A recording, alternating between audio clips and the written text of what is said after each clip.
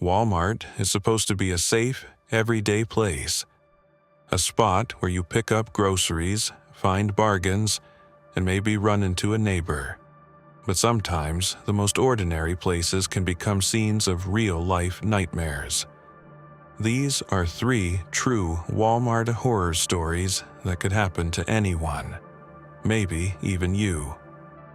Story 1: The Fake Employee. After a long day at the office, cooking was my escape. Almost every other day, I'd stop at Walmart for fresh ingredients, thinking it was just another part of my routine. But one ordinary evening changed everything I thought I knew about safety.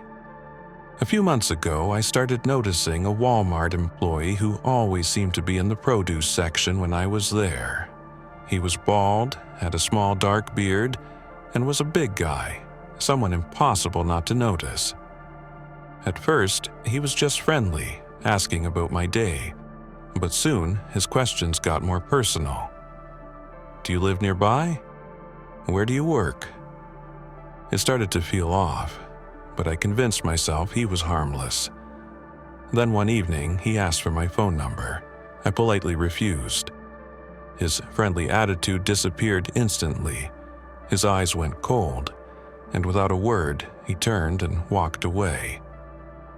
I felt a chill run down my spine, and for the first time, I was truly afraid. I finished my shopping quickly and walked to my car, but when I got in, I spotted him sitting alone in a car just a few spaces away. He didn't look at me, just stared blankly out the windshield. I told myself I was overreacting, but when I drove off, he pulled out behind me. My heart hammered in my chest. He followed me through every turn. I circled my apartment complex, hoping to lose him, but he matched my every move. I felt trapped, every instinct screaming for me to run. Finally, in a burst of adrenaline, I took a sharp turn onto a busy street, cutting off traffic so he couldn't follow. Only then did I lose him. I parked at another store and sat shaking in my car. When I finally calmed down, I went back to Walmart and reported the man. The manager checked with staff. No one fit my description. That's when it hit me. He wasn't an employee at all. He'd probably just worn a Walmart vest to blend in. Even after that night, I kept replaying the details in my mind, asking myself if there was something I missed, a warning sign I ignored. The more I thought about it, the more I remembered small things. How he always seemed to appear just as I arrived. How he never actually worked while I watched. How he'd linger near the exit when I was about to leave. It's strange how obvious the danger seems in hindsight. But at the time, I just wanted to believe people were good. For days, I felt like I was being watched, even in my own apartment. I started checking the locks twice, closing all the blinds, and hesitating to go anywhere alone. At work, I found it hard to focus. Anytime I saw a stranger who looked remotely like him, my chest would tighten and my mind would race with fear. I realized that something so small, a trip to the store, could change the way you feel about your own life.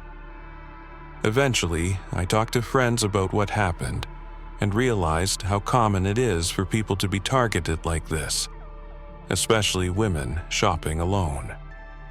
I started carrying pepper spray and being more assertive with strangers. That one encounter changed me, but maybe for the better. Now, I don't ignore my instincts. And if you ever feel like something's wrong, don't just brush it off. Trust yourself. Story 2: The Toy Aisle Stranger. It was a quiet weeknight and Walmart was unusually empty.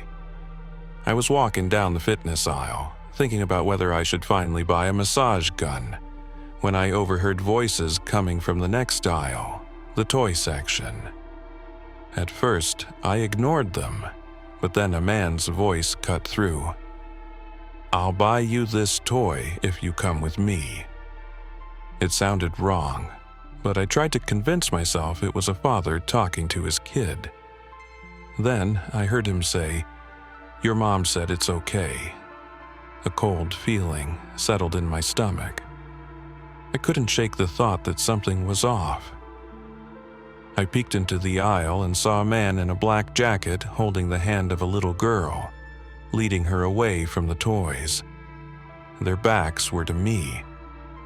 Thinking fast, I picked up a random stuffed animal and walked toward them, pretending I needed help.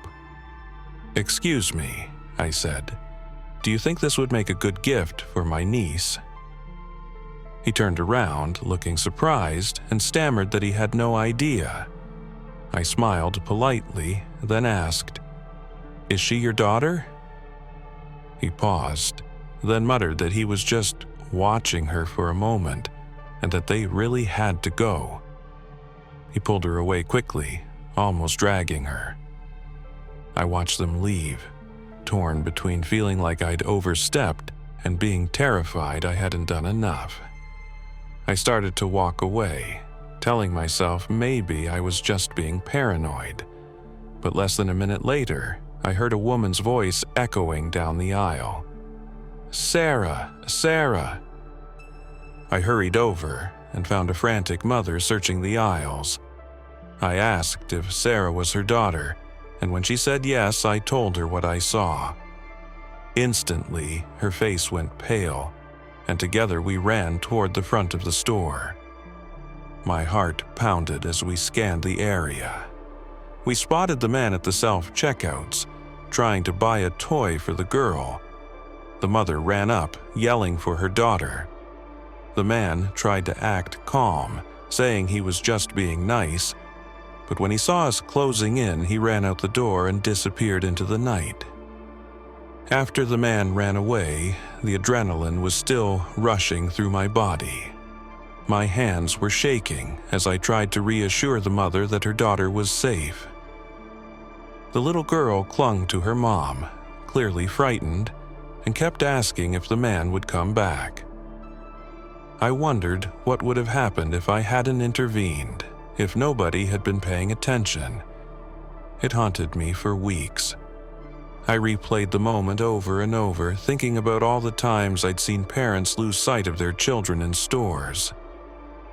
It's so easy for someone to disappear in a crowd, even in a place you visit all the time.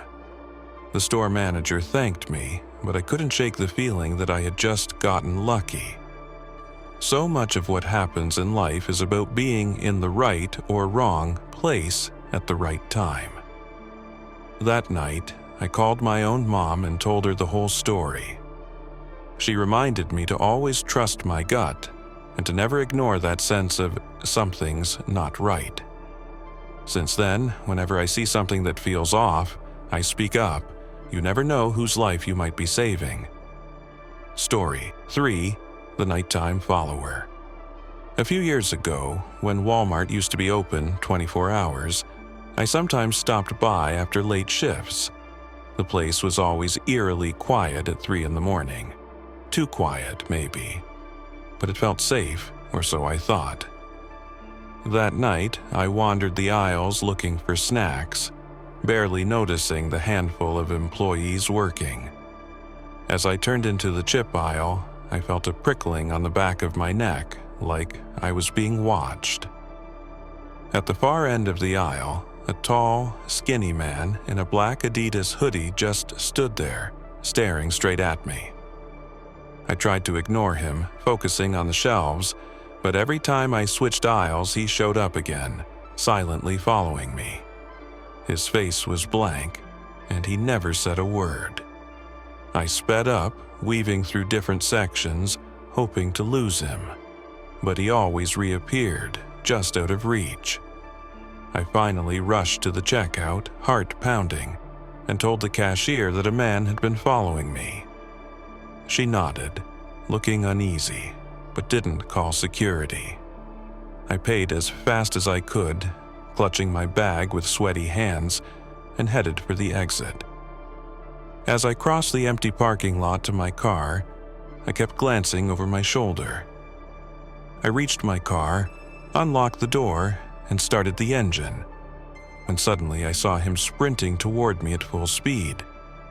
For a split second, I froze, watching him get closer and closer. Just in time, I floored the gas and sped out of the lot. In the rearview mirror, I saw him chasing me until I turned onto the street. My whole body was shaking. I drove for miles before finally pulling over, safe but still terrified. That drive home felt endless. Every car behind me looked suspicious.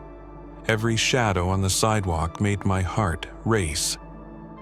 When I finally got home, I parked right by the entrance, sprinted to my door, and locked every bolt.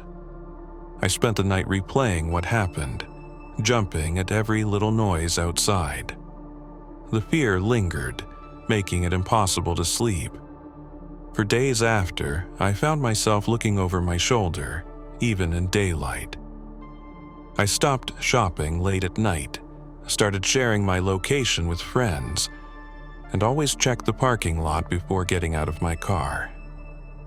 It's strange how one night can make you see everything differently. The world felt less safe, and I realized how quickly things can go wrong. Sometimes I still wonder who that man was and what would have happened if he'd caught me. Maybe it was just a scare, or maybe I narrowly avoided something much worse. Either way, I learned to never take my safety for granted again. Ordinary places aren't always as safe as they seem. Have you ever had a terrifying or creepy experience at Walmart? Share your story in the comments.